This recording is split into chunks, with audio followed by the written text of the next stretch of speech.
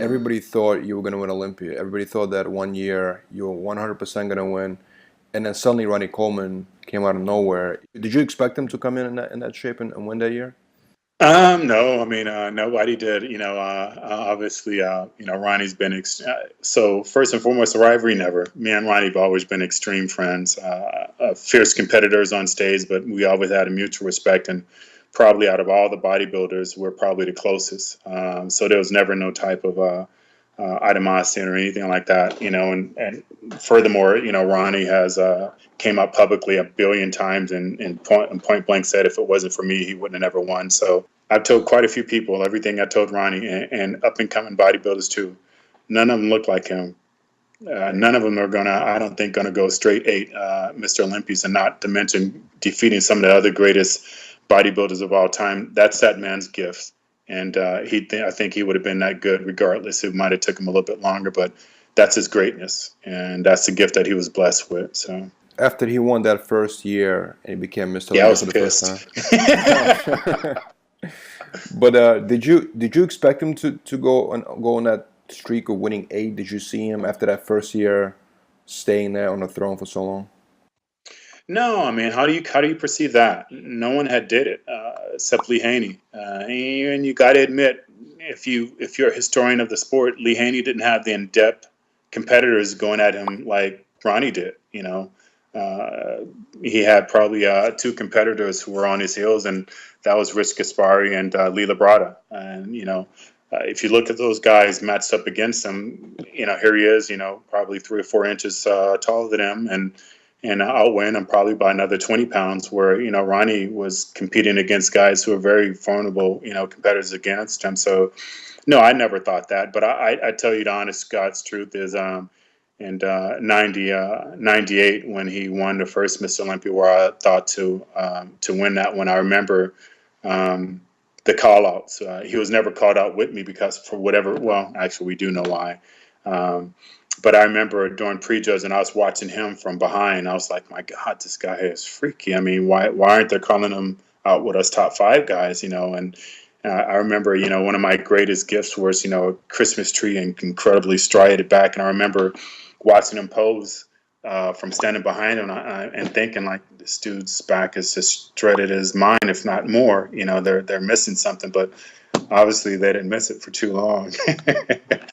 So, but no, I didn't. But you know what?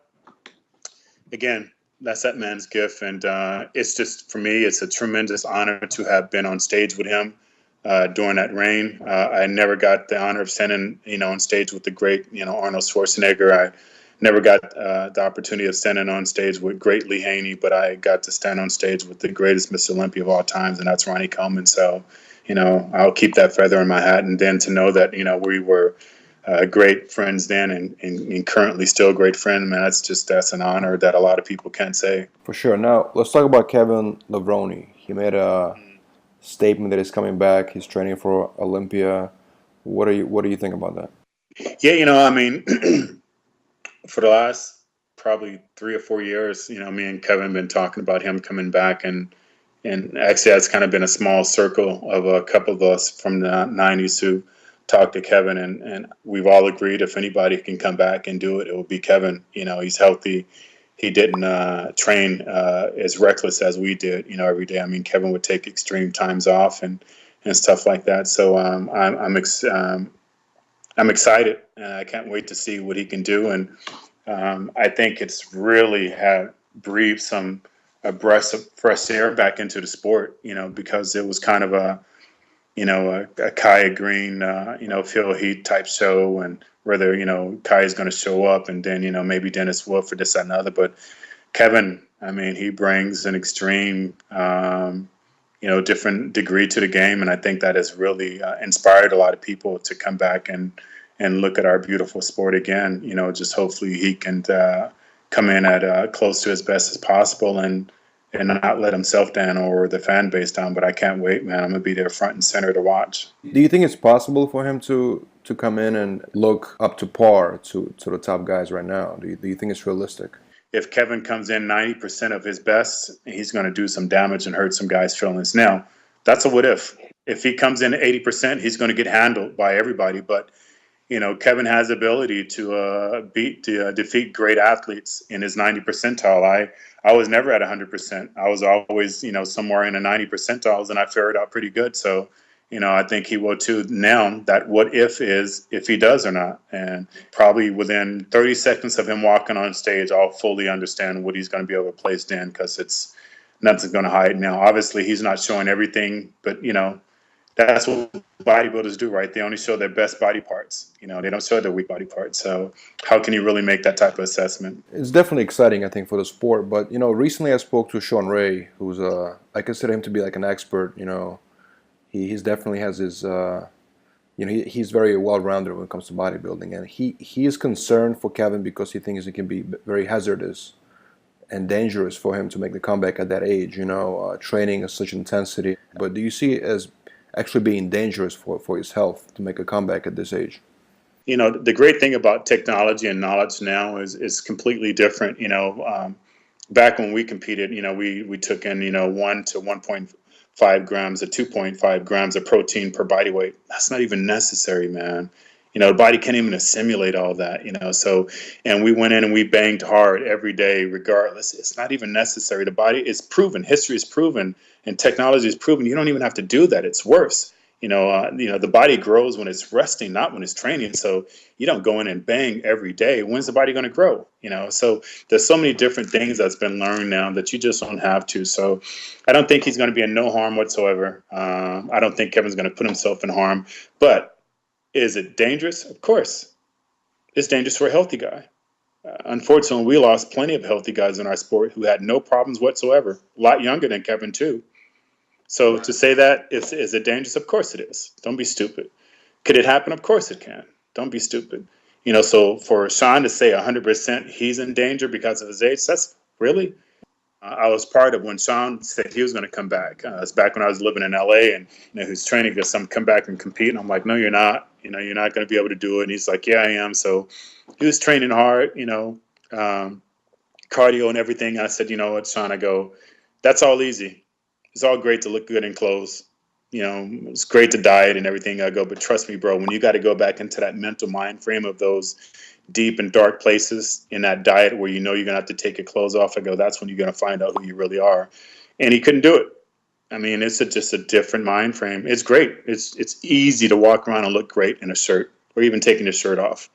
But dude, strip down, get up on the stage with the best in the world. Yeah, now you're really talking. So he hasn't given in yet. So that's just, again, a what if. But again, just because his age and everything, is he in danger? No, that doesn't put him in danger. The sport is just dangerous. And let me step outside that, if you allow me. It's not just the sport. Any sport where you try to be the best in the world is dangerous. You have Olympic decathlon people running and they're puking while they're running. You think they're healthy? You think they give a damn about being healthy? No, they're trying to be the best in the world. You want to take kickboxing, boxing lessons in a gym just to kind of learn how to move around and stuff. Great, that's healthy. You want to fight Mike Tyson? It's not healthy about that no more. So any sport, when you're trying to be the extreme best, it has very little to do with health. It has to do with the best in time, the best that you can be. So now, Flex, what did you take on how the sport progressed after your retirement?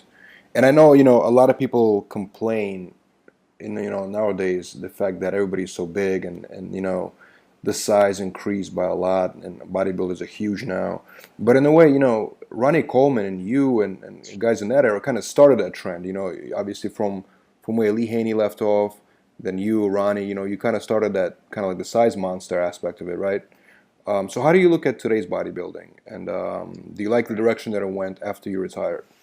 As far as now, I don't think the guys are too big. I'm sorry.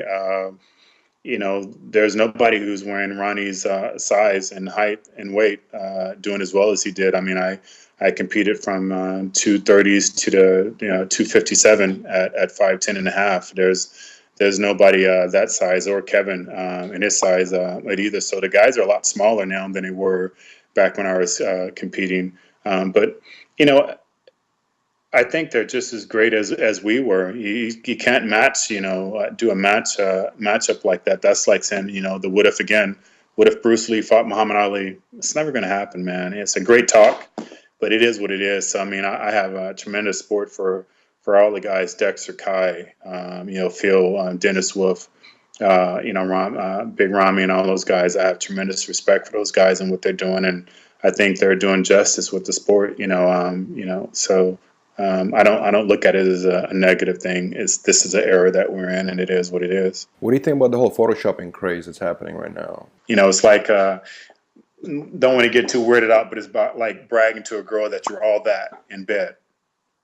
And then eventually you get her in bed and she finds out you're really not all that. That's more embarrassing than just being the honest truth and, hey, this is who I am. This is what I have to offer, and accept for me for myself or not. But, that's just a generation we're in. It's something that I didn't talk about until I was forced to, once I got a lot worse. But, you know, basically, I was a performance horse, and I was kept in a stable and I was paid to perform. And, realization hit when I simply just got in a car accident. I broke my neck in a few different places. And, while I was in the hospital, my contract was taken away from me.